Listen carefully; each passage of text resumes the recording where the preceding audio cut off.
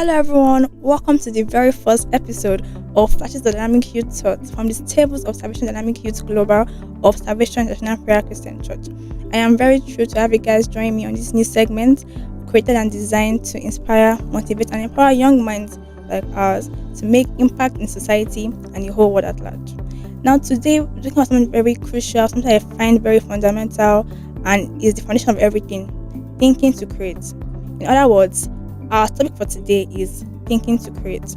Now, I want you to pause and imagine all the inventions we see today, every artwork, every piece of art, every movement we see today, all began with a thought. Isn't that incredible? Now, here's the thing: these creators, artists, professors, they are no different from you and me. You can do it, I can do it as well. But the difference between you and I and these people is the fact that they have had the ability to think to create and they have put it into work. Now, we can also have thoughts that will change the world, that will bring impact to society. In this episode, we'll be exploring how our thoughts can lead to action and ultimately creation. Now, if you ever felt like you don't have the ability to think to create, or finding it difficult to start, or finding it difficult to overcome the fear of starting, this episode is for you. Don't go anywhere. We'll be right back after this short commercial break.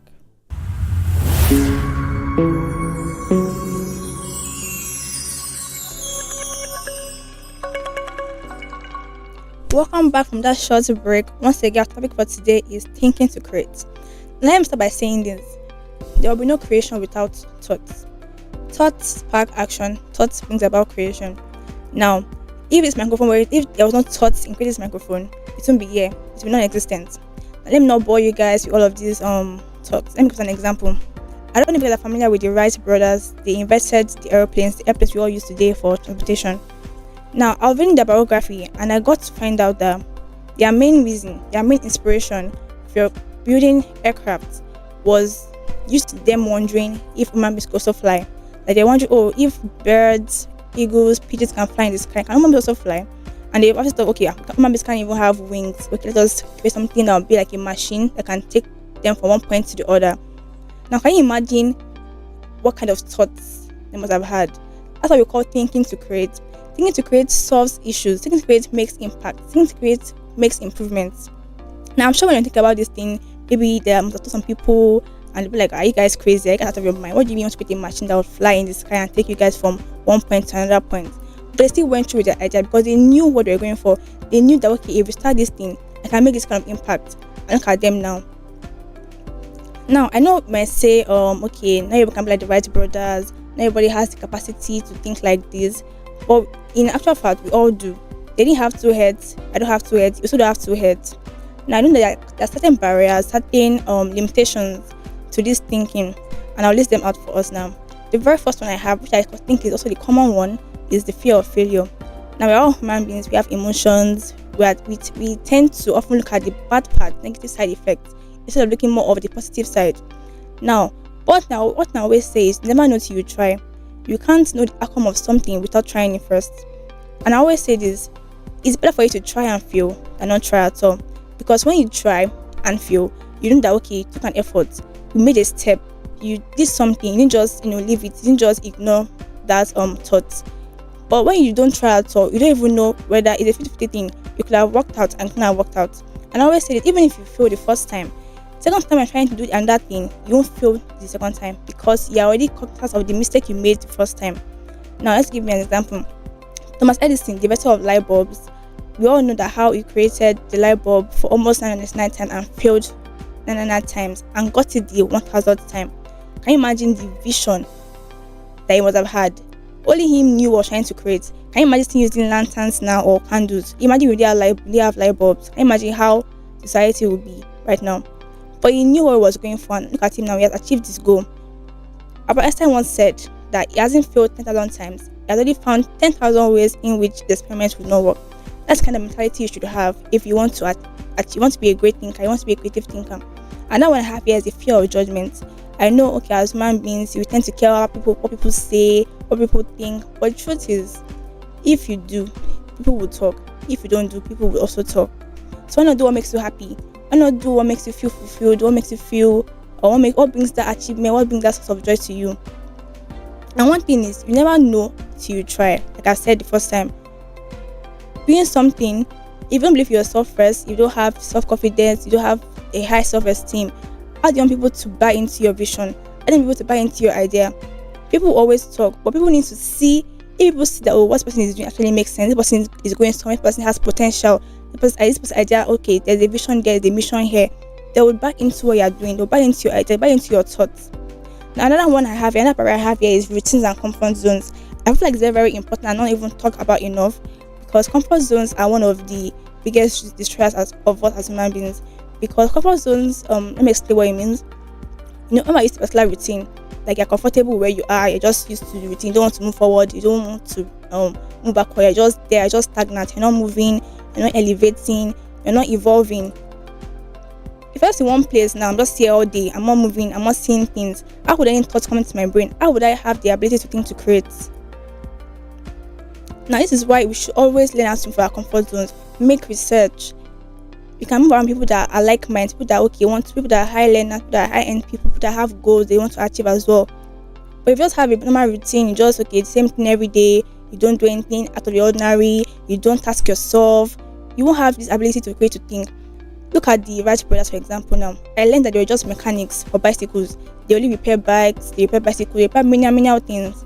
But from there, they got the idea to build a whole aircraft, and now people are using it today, even up to private jets, helicopters, and all of that. Can you imagine the kind of thoughts they must have had? Same for Thomas Edison, we're creating the light bulbs. So now let's go into the main focus of today, which is how to achieve this thinking to create. Now I have them into 3 categories. I have the mindset, observation, and brainstorm. Now, starting with the mindset. In order to achieve creative thinking or thinking to create, it all starts with you, your mindset. Now, what is my mindset? I mean, you should be open-minded, I mean, you should be curious, and I mean, you should be optimistic. Now, someone that's optimistic always sees the good in things. Someone that's optimistic doesn't accept failure. Someone that's optimistic doesn't give up easily. Someone that has a good mindset is curious. He always wants to know why, always wants to know what if, always wanting to know more. Is never satisfied with simple answers. Now, someone that has a good mindset and is open-minded. Now, this for instance, I'm seeing it just one way. Okay, the microphone. Someone that has a creative thinking mindset can see this mic in 10 different other ways. That's someone that knows what he wants to achieve. Now, next one, observation. In order to achieve great creative thinking, you need to observe.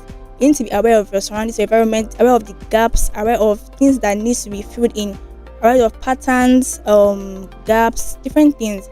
Now, the bus, for example, while creating the aeroplane, they noticed that there was no means of transport by air, and they created the aeroplanes. They were observant. They noticed that this gap needs to be filled up, and they decided to create something that creates inventory. Same for Thomas Edison. Noticed that we were already using lanterns, candles, and it is not even so safe. Imagine having candles around babies or toddlers. But now you created light bulbs. So he was observant. He knew what was needed in the environment, what he needed to improve, what he needed to make better. So you can also think of something. Okay, so this thing needs to be improved. This needs to be achieved. What can I do to make? What can I do? And next one is brainstorming. Brainstorming is thinking outside of the box, thinking outside of the ordinary, tasking your brain, putting your brain to work. Brainstorm is all about making research. As you're making your research on the internet, you're reading books, you're listening to like minds, you're watching the news, you're current. When you brainstorm, when you put your brain to the task, the thoughts that you even have would even, if you start with people say, they might even fear you that this person, are you really thinking of this type of thing? This is not even almost unachievable, but to you, you can achieve them. It is not impossible. I'm very sure the Wright brothers must have thought, when they told people that you are thinking of inventing an airplane, an aircraft, they must have out of your mind. They must have been like, it is most likely impossible, but they still went ahead with it. Who knows, can be the next person to do something extraordinary, something that out of the people's minds. So now, my challenge to you this week: take a step, take all this step, put into action, have a nice mindset, be observant, and brainstorm. Put all of these things into action. Before I wrap up, I want you to remember this: the world needs your ideas, big or small. Your thoughts have the ability to make new potentials, to be meaningful in this world. I want you to remember, these gifted people didn't just have it just like that. They put in the work, They had a nice mindset, they were optimistic, they were open minded, they were observant, they brainstormed and they put it into execution. Now, they're not just gifted. The only difference between you and I and these people is that they thought differently and they put it into action. They word into ideas today. Thank you for joining me on this episode of Flash Dynamic Youth Thought. If you enjoyed this episode as I did, kindly follow us on SIBC Global and SIBC Global Youth on Facebook and Instagram. I also use this medium to thank View Radio for partnering with us. If you haven't followed them as well, follow them on View Radio on TikTok, Instagram, Facebook, and YouTube. See you next time. I'm your Hebrew host, Prosper Adesuji. Until then, keep thinking, keep creating, and keep shining.